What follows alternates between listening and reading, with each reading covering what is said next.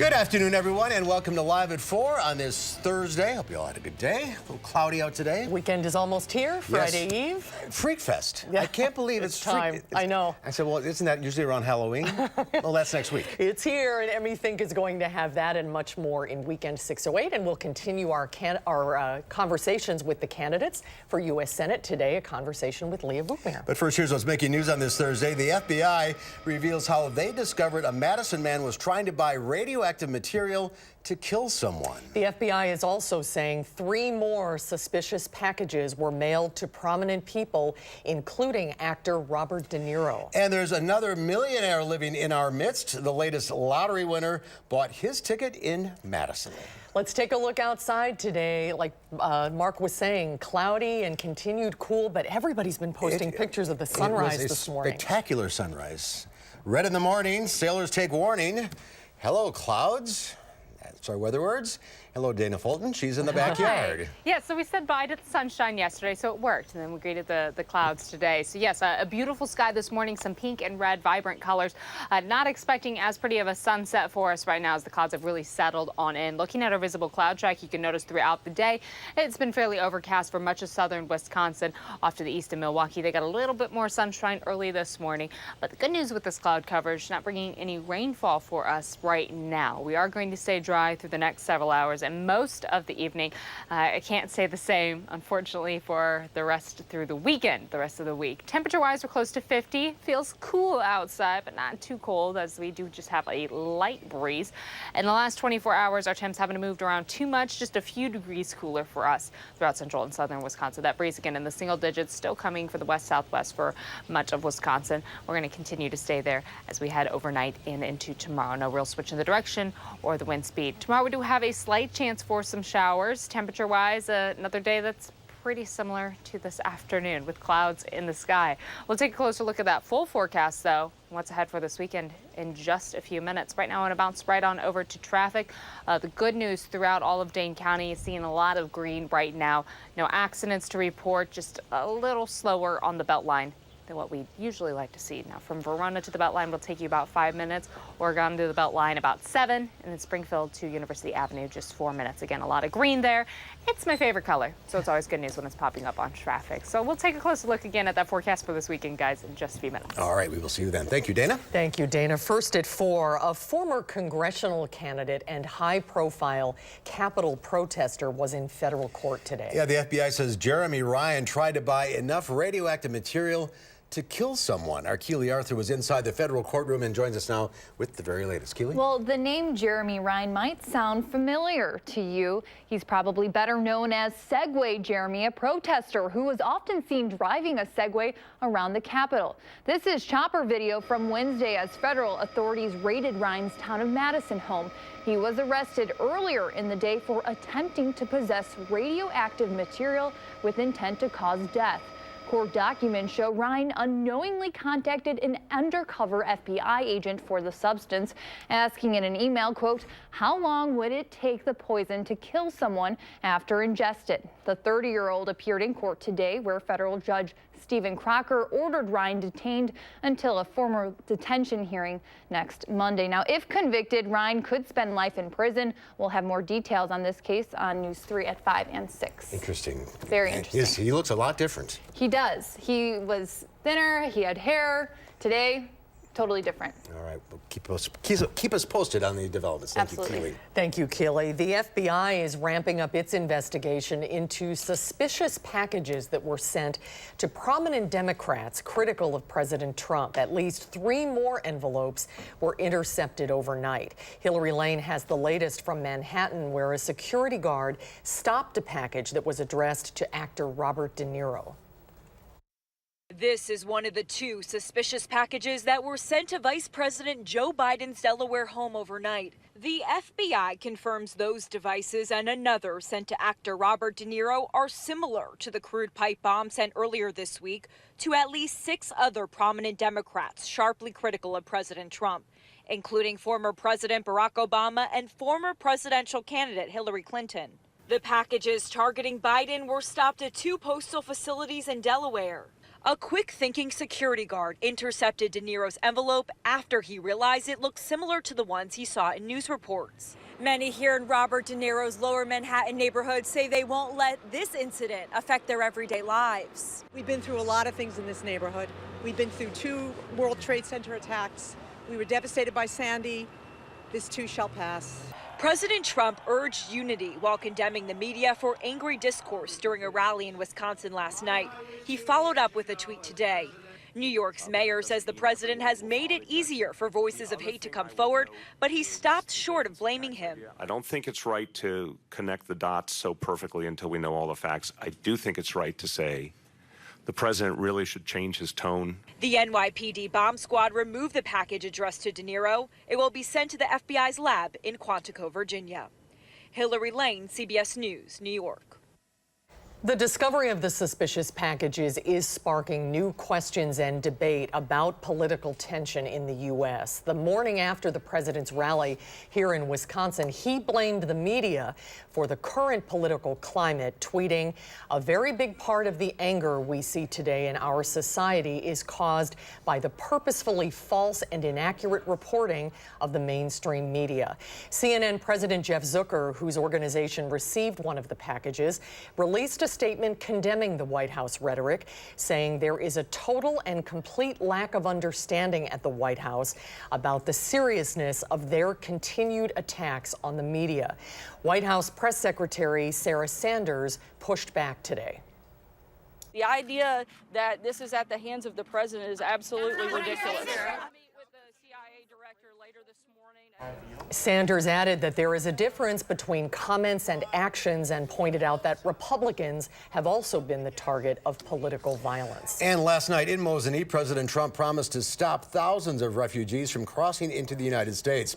Today, the president is taking steps to fulfill that promise. Defense Secretary James Mattis is expected to sign an order to deploy an estimated 800 troops to the U.S. border. That's on top of the more than 2,100 National Guard troops already deployed. Miroslav Serpas has been in the caravan and is on Capitol Hill pleading for help from Congress. When the troops get to the border, what they're going to encounter is a large number of children, of women with children, that this is a humanitarian crisis and needs a humanitarian response. The president tweeted to the caravan telling them to turn around, saying, quote, "We are not letting people into the United States illegally. The caravan is still hundreds of miles away and won't reach the United States until well after the election." The Deerfield Fire Department is looking for the cause of a house fire this morning. Multiple departments were called to a home on Highway W just south of Schuster's Farm. One person inside the home was able to get out. Firefighters are calling the home a total loss. They believe the fire started inside, possibly by an electrical issue. Well, for the second time in as many days, a Dane County lottery ticket was worth $1 million. First, a Mega Millions ticket was sold in Mount Horeb worth $1 million. And now a Powerball ticket also made someone else a millionaire. It wasn't this guy. It wasn't any of us. Eric Franke is here now with more details on this. Yeah, Mark and Susan, we mentioned yesterday that Mega Millions $1 million ticket that was sold at the Quick Trip on Springdale Street in Mount Horeb. That was one of just 35 of those tickets in the entire country. And then last night's Powerball drawing yielded a $1 million ticket. That had been purchased at the Pick and Save grocery store on Shopco Drive. The still unidentified winner had 5 of the matching numbers, just not the Powerball. That was one of just 7 such tickets sold in the entire country, and an exciting day for the folks at that grocery store because they get a little kickback on those winnings. You always hope that you'll sell the winning ticket, or better yet, buy the winning ticket, but you know, it doesn't always happen, so it's kind of fun. We got to share in our huddle this morning with all the employees that we sold the $1 million ticket here, so told everybody to check their tickets. Yeah, so stores get 2% of the winnings sold in their stores on these big winning tickets, and Wanda says they will hold a party for their employees with some of that money. And unlike the Mega Millions Tuesday that did have a jackpot winner for that $1.6 billion prize down in South Carolina, no one claimed the top Powerball prize last night, so the estimated jackpot now swells to $750 million for Saturday's drawing. So Here we go again. Mark and Susan, this will be the 4th largest jackpot in U.S. history. That Mega Millions the other day was the biggest ever. Maybe 3rd time's the charm. Everybody Madison. keep buying your tickets, keep blowing your money, right? Just throw it down the toilet. Right, exactly. All right, Eric, thank you. Thank you, Eric. The Badger football team might have to play Northwestern Saturday without its starting quarterback. Bill Scott of the Wisconsin Radio Network is reporting that Alex Hornibrook may be out with a concussion. Scott says Hornibrook was not on the team's injury report that was released today, but the team is preparing sophomore Jack Cohn to start if Hornibrook isn't cleared to play. The Badgers play at Northwestern, 11 o'clock Saturday morning.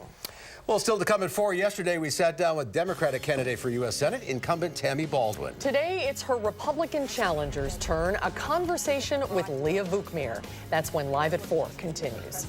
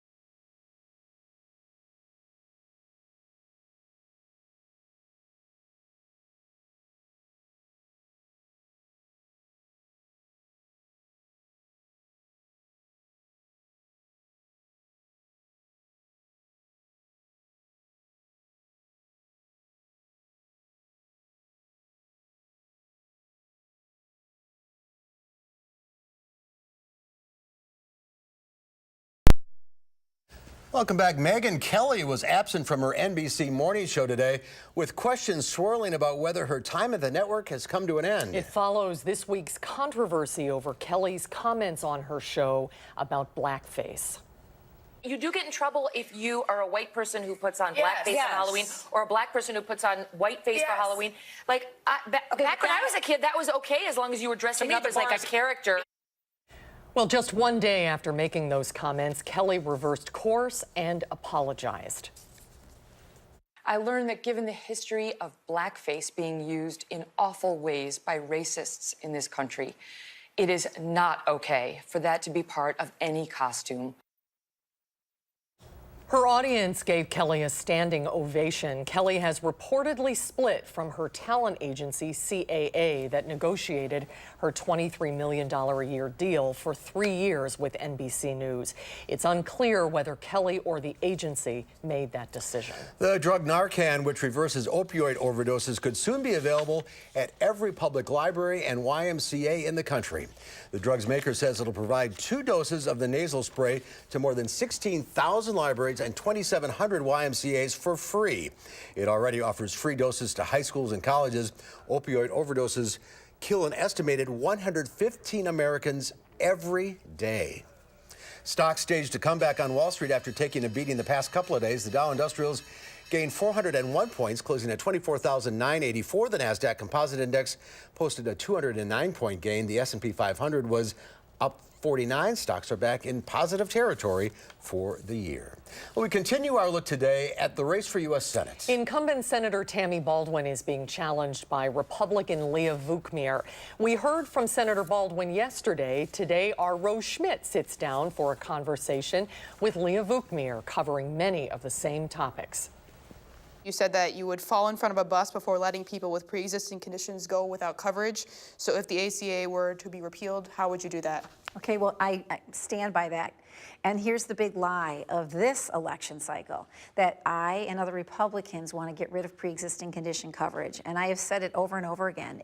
The truth of the matter is this, and I hope people are listening, that before Obamacare went into place, federal law says that if you're on Medicare, Medicaid, or employer insurance, you are covered for pre-existing conditions. That means in Wisconsin, we had almost 92% of the people that were covered. The remaining 8% we took care of through a high-risk sharing pool.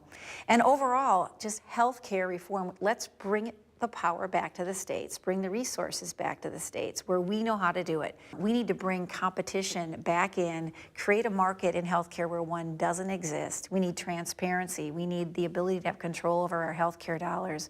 We need association health plans. And we need the ability to purchase insurance, different types of insurance, that will meet individuals' needs instead of a one-size-fits-all that Senator Baldwin supports, and will actually decrease the quality of care. And let's talk about tariffs. What would you do to mitigate the effects from tariffs on Wisconsin's farmers? Well, I've talked to a lot of farmers around the state of Wisconsin, and they all have said pretty much the same thing to me. They understand that they're getting a raw deal right now, and they're looking to what President Trump is doing as a way to make fair deals. I am a free trader. I believe in free trade, but we have to have fair trade, and I believe that in his heart, that is what the president is trying to do, create more fair trade so that our farmers have access to more markets. I think it's important to look at what he's doing and the effect that it already is having, and this is why a lot of the farmers are giving him the benefit of the doubt right now. He brought the EU together, and there's a mini deal that they've done together. He's made negotiations with with Mexico and Canada. And now think of the bloc that these countries have and the negotiating power that they have to go against China, who is the real bad actor in all of this. We have a $375 billion trade deficit with China, and that is ultimately the pressure that is needed to be exerted and on the country so that we can change this around and get our farmers access to more markets. And let's talk about immigration. Should undocumented immigrants who are already here be allowed to stay and eventually apply for citizenship? The wall has to be built first. I've said it over and over again, and I stand with the president and, quite frankly, a good number of people across the state of Wisconsin who feel it's very important that, first and foremost, we have the commitment that we will have that border security. Then we can talk about taking care of the children, the individuals who are a part of DACA. Look, you know, there is a process to becoming a citizen, and they need to go through a process, just as my father did when he came to this country. I'm the daughter of Greek immigrants, and I watched my aunts and uncles come to this country from Greece.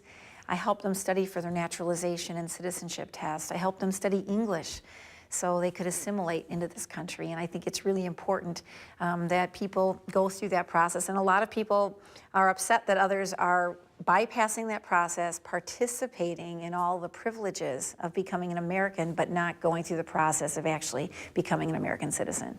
And you mentioned wanting to build the wall. Can you tell me how you think that the government should pay for that? Well, I think we're going to have to look for a lot of ways, and I think we can do it. There's a lot of waste in government, and I know that we can find a way to build that wall. You know, there are ways to build security perimeters that don't necessarily mean we're building the Great Wall of China. I've been to Israel. If anyone has been there, you know that they know how to do border security. There's technology that will allow us to close up those porous areas where it's not only illegal immigrants who are coming across the border, but we're dealing with human trafficking, drug trafficking, MS-13 gang members that are terrorizing communities. And there are public health concerns. There are outbreaks of diseases and illnesses because we're not having any public health assessment of the individuals that are crossing the border. And that was something that, you know, earlier generations that came to this country went through a process at Ellis Island. They were quarantined if they had a cough until they were cleared to come into this country. Right now, we don't have control over that aspect of our border as well. Next week, we'll feature the candidates for governor, incumbent Governor Scott Walker and challenger Tony Evers. Although at this point, the governor has declined to be interviewed for our series, but we'll see if we can get him before next week. Yeah. Amy Fink is standing by with this weekend's preview, which includes a visit to Freak Fest. That's coming up right after weather.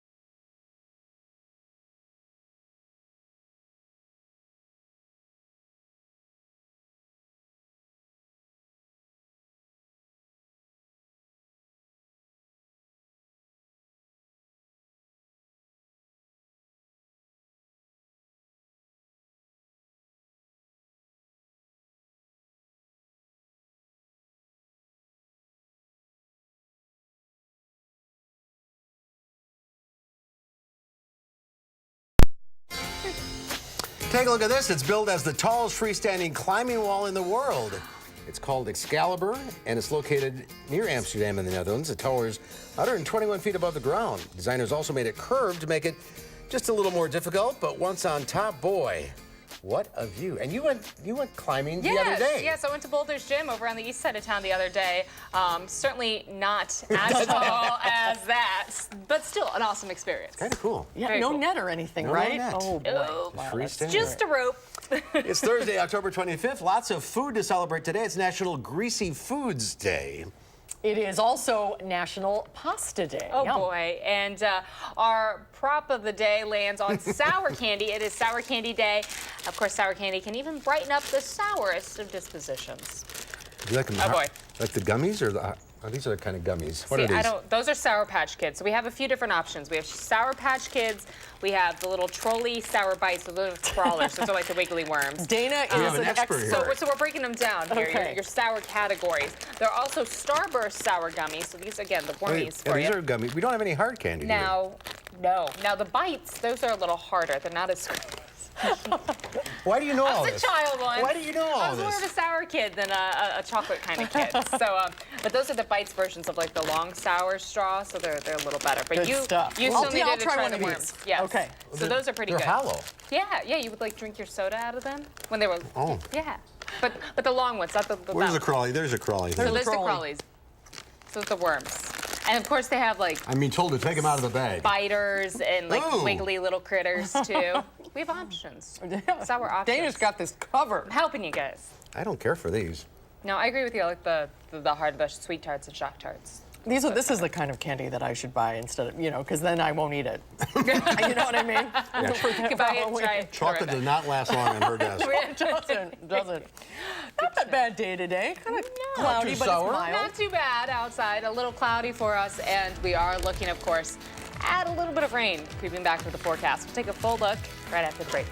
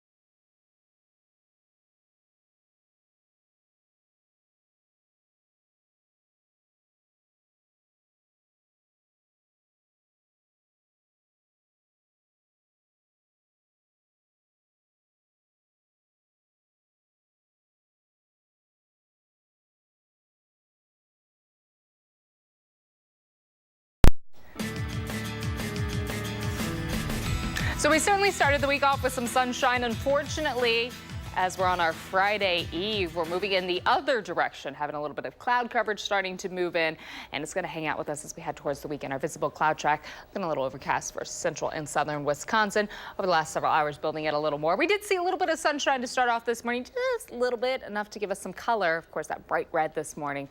Now we're not talking about any color for sunset. Doppler track's nice and calm right now. We do have the slight chance for showers as we head overnight, but at least for the next few hours, don't be concerned about any rainfall. Temperature-wise, we're close to 50 in Madison and in Monroe, about 52 in Janesville, and 51 in Lone Rock. Compared to this time yesterday, that is just a few degrees cooler for us. Most of that factoring from the cloud coverage that we've had.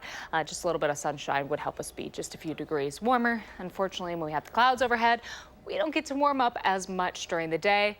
The good news, though, that we don't get to cool down as much overnight when it is that cloudy outside.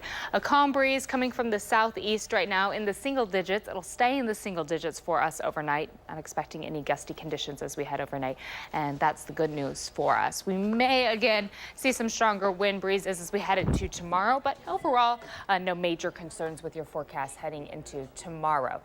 We are going to continue to watch this system off to the west move right on in, so do plan on a little bit of rain. Currently off into Iowa and Minnesota, that low pressure system tracking east. We're just cloudy right now, but the showers are going to slowly start to move our way. So that is something that we're going to be concerned about heading overnight and into tomorrow, but that shower chance still pretty minimal for us. Staying cloudy overnight. By tomorrow morning, still overcast. Temperatures dropping into the mid to upper 30s for our overnight lows. Tomorrow cloudy with that slight chance for a sprinkle or two, but no major rainfall expected. Even into Friday evening, still not picking up much rainfall for us. Overnight into Saturday, still a slight chance, and the same goes for Saturday. Again, I would expect more of just cloud coverage for the next several days. Not really expecting much precipitation accumulation at all. Looking all the way ahead through Saturday, just trace amounts for much of Wisconsin. To the further south, you get into Illinois, they're expecting trace amounts. Same off to the west. So the system that is moving in really won't be packing much of a punch, and that's good news for us. It'll stay a little drier. I know some farms still trying to clean things up from the season and get everything ready to go for the winter. Unfortunately, it won't be staying sunny, but it will stay dry. Branching out a little further from this weekend, that 8 to 14 day outlook, we do have the chance to continue to see some light showers, greater than average chance stretching towards the southeast, and then it'll stay a little drier. That's the long range outlook towards the west. For us, we're smack in the middle. Likely just going to continue to see some light showers, but not expecting any major rain events sliding on through. Right now downtown, you should have a nice evening if you're getting ready to step on out and grab a bite to eat here soon. Again, you don't need the umbrella for this evening. Really don't need the shades either. Just talking about some clouds outside. Today we hit a high of about 50 degrees where we're sitting at right now. Should be just a few degrees warmer as our average temps are about the mid 50s. But it seems like just a week or two ago, we were talking about average temps in the mid 60s. So we're already getting cooler, getting closer to November. Overnight low, right where we should have been to start off the morning. Tonight, we're going to be at about 38. We're heading into Friday morning at about 38. Mostly cloudy with that slight chance for a sprinkle or two. Tomorrow afternoon, temps landing in the same spot, mostly cloudy. Still a little cool in the mid to low 50s for afternoon highs throughout southern Wisconsin, with that slight chance for showers yet again coming back into the forecast. Looking over the next several days, our temps aren't going to move around too much into Saturday with that slight shower chance mixed on in. Same goes for Sunday. May see a few snowflakes mainly north of Madison early Sunday morning. Next week, we continue to stay below average. Right now, Halloween's looking dry, which is good news for us, and we'll get some sunshine there for the end of the week as well. All right. It's almost November, as you say. Almost. It's coming. Yes. All right, Dana, thank you. Thanks, Dana. Well, it is almost the weekend in the 608. And Emmy Fink is here with a look at what's going on around town. Hi, Emmy. Hi, Good Emmy. to see you. Great to see you guys. Halloween next week. Do you guys have your costumes picked out? Do you guys dress up? Yeah, we have in the past. Yeah. To mixed results. Yes. Well, let's hear. You know, Sonny and Cher was Well, ahead. we were Sonny and Cher, and I Oh, looked like I I like looked like Saddam Hussein. Okay. Yeah, that didn't quite work. Didn't work. We tried to do Go Mary well. Tyler Moore. Cute. And I was Lou Grant, but I didn't. You know. You didn't pull it's a guy off in a that suit. either? You know. Yeah. So we're open to some suggestions. Pretty norm for you. Okay. How about you? Well, our daughter wants to be Bernie Brewer. Oh, that's a Even good though one. I had already bought her a ladybug costume, so now I think that we might scrap the ladybug. Hopefully it'll fit her next year, and I think my husband and I are going to go as baseball players. Bernie Brewer is a great idea. That's Except cute. it's kind of homemade. They don't. I checked Amazon. They don't have it, so I have to do some work. All right, well, get busy. Right, exactly. Oh, you're here to tell us what's going on this weekend. Yes. You didn't want to know what Leona's wearing? You want to know Leona's a what little too young for Freak Fest, but soon enough. She is. Are you guys ready for a freaking Hollow weekend? Well. Gosh, I love that name. All right. Friday and Saturday nights at the High Noon Saloon, you are invited because several acts are going to be dressing up as their favorite mega bands, and they're going to pay tribute to them. So Friday night, if you like the Pretenders and Black Sabbath, that's your night. Saturday, Foreigner and the Foo Fighters. I think I would go for Saturday. A costume contest as well for audience members is also on the docket, and it is the 13th annual, I'm going to say it again, freaking Hollow Weekend. That's cute. You just put that in there just so you can say that. I just love that name. All right, now there's another freaky place to be. Oh, well, they don't call it Freak Fest. They call it Freak Fest for a weekend. Actually, they do. Right? So it just makes sense. All right, Saturday is the place to be if you're not going to go to the High Noon Saloon because it's Freak Fest. 18 live bands, 3 stages for Madisonians, and many out-of-towners to celebrate Halloween. On the Capitol Square, a few of the acts are Mr. Wives, Lex Allen, and DJ Boyfriend. On the Gilman Street stage, we have Young Gravy, DJ Mando, and Kenny Hoopla. And then the Francis Street stage is Distance Cousins, The Dirty Nil, and Dead Soft. Very Halloween. You do need a ticket for that, remember? You do, yes. And you can't be on State Street without a ticket. It's a good thing you guys know all the rules. Get your ticket, All right, let's move past how about Halloween. an event you don't need a costume to do? Right, if you're not a costume kind of person, then this is your event because best-selling author Anne Lamont brings her sharp wit and her honesty about personal loss, faith, and single motherhood to the Orpheum Theater on Friday night. She has written 7 novels, several collections of personal essays, and her latest book, Bird by Bird, is a true classic. Friday night's show begins at 7:30. That sounds very interesting. All right, how about something for the whole family? I like this. You know, if you're not going to take your kids maybe to a Halloween-related event, here's a great one for you. So You Think You Can Dance Live, the top 10 finalists and guests from the 15th and current season of the hit TV dance competition show, So You Think You Can Dance, will perform in Overture Center's Overture Hall as part of their U.S. tour. So Friday night, 8 o'clock show is appropriate for all ages. That just seems so fun. Yeah. It's a great show. Truly amazing things you're going to see here. All right, well, let's end with a little theater. Stage Q Production, their latest production is A Lady and a Woman. It takes place at the Bartell Friday and Saturday night at 7:30 and Sunday at 2 o'clock, and then next weekend as well in case you can't make it. The story focuses on the challenges that 2 African-American women face when they discover their mutual love for one another at the turn of the 19th century. Interesting. So we start a little scary and then we, end with something, exactly. Something a little for everyone. lovey-dovey. All right. Thanks, Emmy. We'll see you at the Brewers. At the Brewers? You coming? Sure. I'll come as Hank. Oh, that's perfect. I'll bring my dog. Yeah, you got it. Thanks, You got Amy. it. Thanks, guys. Get this month's Madison Magazine for all the best in the Madison area, and still to come at 4. For some police departments, it's a matter of safety for the officers. They're canine officers. When we come back, we'll take a look at the trend of outfitting canines with body cameras of their own. That's when Live at 4 continues.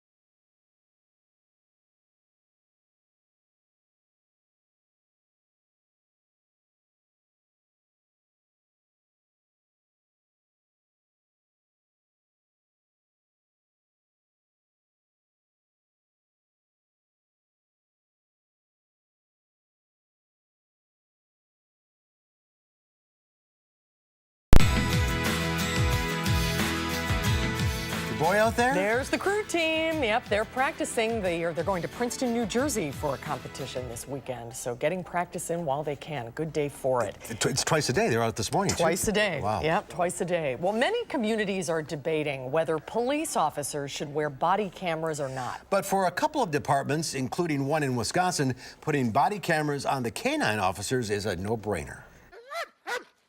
Yako's second set of eyes and nose are crucial to police work in Portland. Now he's getting his own backup. And then now I can see if it's getting in harm's way and I can recall him, whereas before he might get himself into trouble, go in deeper than he should. A camera attached to his back transmits live video to a monitor in a different location. As before, I would have to go into it blind, and I wouldn't know what's he doing in the other room. He sounds like he's interested in something. He's starting to bark. Is he barking because someone's under a bed? In this 2013 case, police watched a canine find a 38-year-old man wanted for burglary and theft as he hid in an attic. Portland started putting cameras on canines in 2012, and it currently has 10 cameras. They hope to buy replacements that can cost $20,000 each with all the accessories.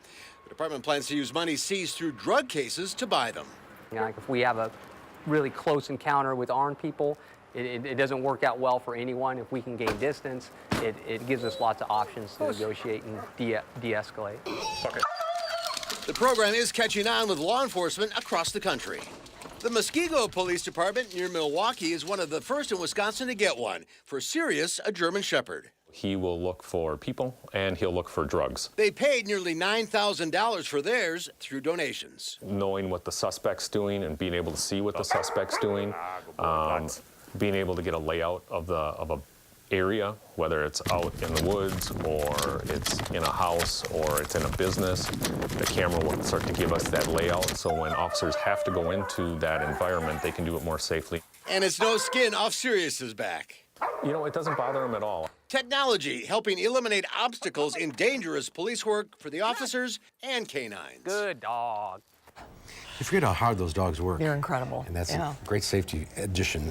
Well, still to come, we'll meet this month's top-notch teacher. Charlotte Deleste will join us. She'll take us to Stoughton High School to meet the choir director there. That's when Live at 4 continues.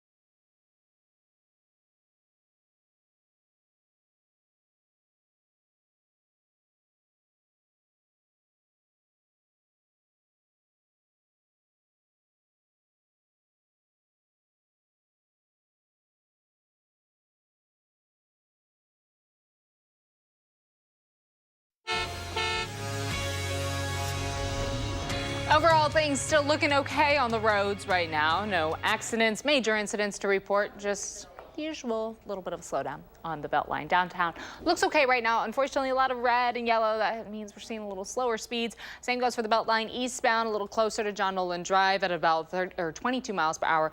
Same goes as you move a little further west towards Fish Hatchery Road, westbound there, about 42. Eastbound, as always, just a little slower, about 30 miles per hour right now. As far as your drive times from University Avenue to about 3990, it'll take you 25 minutes. It's a little slower than you should be going. Looking at 3990 back in the other direction towards University Avenue, about 16 minutes. And then, of course, from Sun Prairie to downtown, 7 minutes. So we are seeing a little bit of a slowdown throughout the area. I think everyone's just ready to get home for their Friday Eve. But we'll keep a close eye on traffic and weather. I'll have another update on that forecast in just a few minutes. All right, Dana, thank you. Well, custodian James Anthony got a big surprise when he walked into this Tennessee classroom. A kindergarten class learned to sign happy birthday for the hearing impaired 60-year-old. Anthony has worked at the school for 15 years.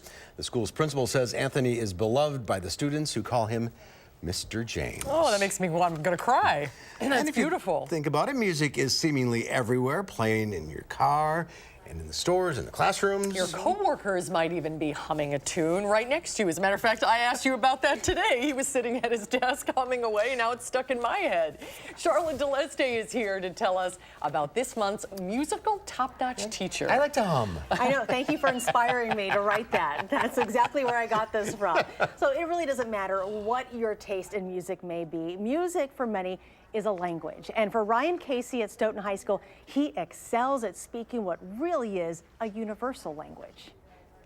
2 and up. Keep your lamps trimmed and burning. Keep your lamps trimmed. Music has been inspirational and a passion in Ryan Casey's life since the start. I had this amazing high school choir director that just, it didn't matter how my day was going. If I was down in the dumps, anytime I went into that class, my day was made. Now, as a teacher, Casey carries his own students with the same tune. Keep your lamps. He has served as the choir director for 18 harmonious years at Stoughton High School, and in that time learned something himself, that music really is the universal language and a way to communicate with even the quietest of teens. Blow your trumpets, angels, and arise from death. There are so many students that are in that choir you saw today that, that they're shy and they have anxiety, and this really makes them, it makes them whole, and they look forward to expressing themselves through music. Tenors. We're compassionate. We sing, we feel. We express how we're feeling. It might not be directly connected to the actual song we're singing, but what it is we're doing together. We're a team. We're breathing at the same time. We're phrasing together. We're making music. It's that team-building approach that is taking Casey and his choir to a whole new high note. In April, the Stoughton Concert Choir will perform 8 songs at the prestigious Carnegie Hall. This will be the 4th time concert choirs performed at Carnegie Hall, and our performance is on Monday, April 1st this year, so we're pretty excited. And if you had asked Casey if that achievement was his goal in high school, he would have said, of course. But now he realizes music is much more than just trying to get that perfect pitch. It's totally different now. It's the only language that everyone, even teenagers, understand, and it's communicated straight from the heart. I don't think you can find the words because it truly is a feeling. Good. Ryan, congratulations, and thank you for doing what you do every day. If you would like to nominate a top-notch teacher, go to channel3000.com, and under the News tab, you will find Education, and that's where you will find top-notch teachers. Carnegie Hall. I know. He's kind of a big deal in these parts, I would say. They sound great. It's chilling. They're so fantastic. Thanks, Charlotte. Congratulations, Ryan. And we'll be right back with the final check of your forecast.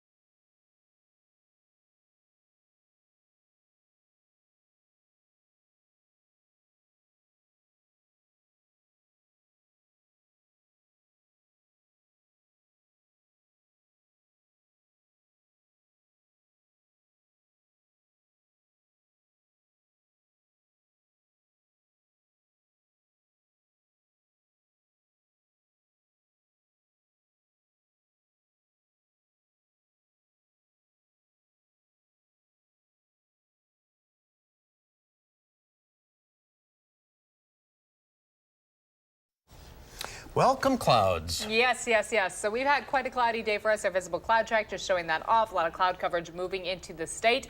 Unfortunately, as we head into tomorrow, of course, temperature-wise, we're not going to move around all too much. Tomorrow, we're expecting a cloudy day in the low 50s for afternoon highs. May even see an isolated shower or two. Slight chance for us, though. That's good news. Not a lot of rain. No, no, no, no, not at all. All right. Thank you, Dana. Thank you, Dana. Coming up tomorrow on Live at 4, we'll talk with Making a Murderer attorneys Jerry Buting and Dean Strang about the new Netflix series. That's coming up tomorrow on Live at 4.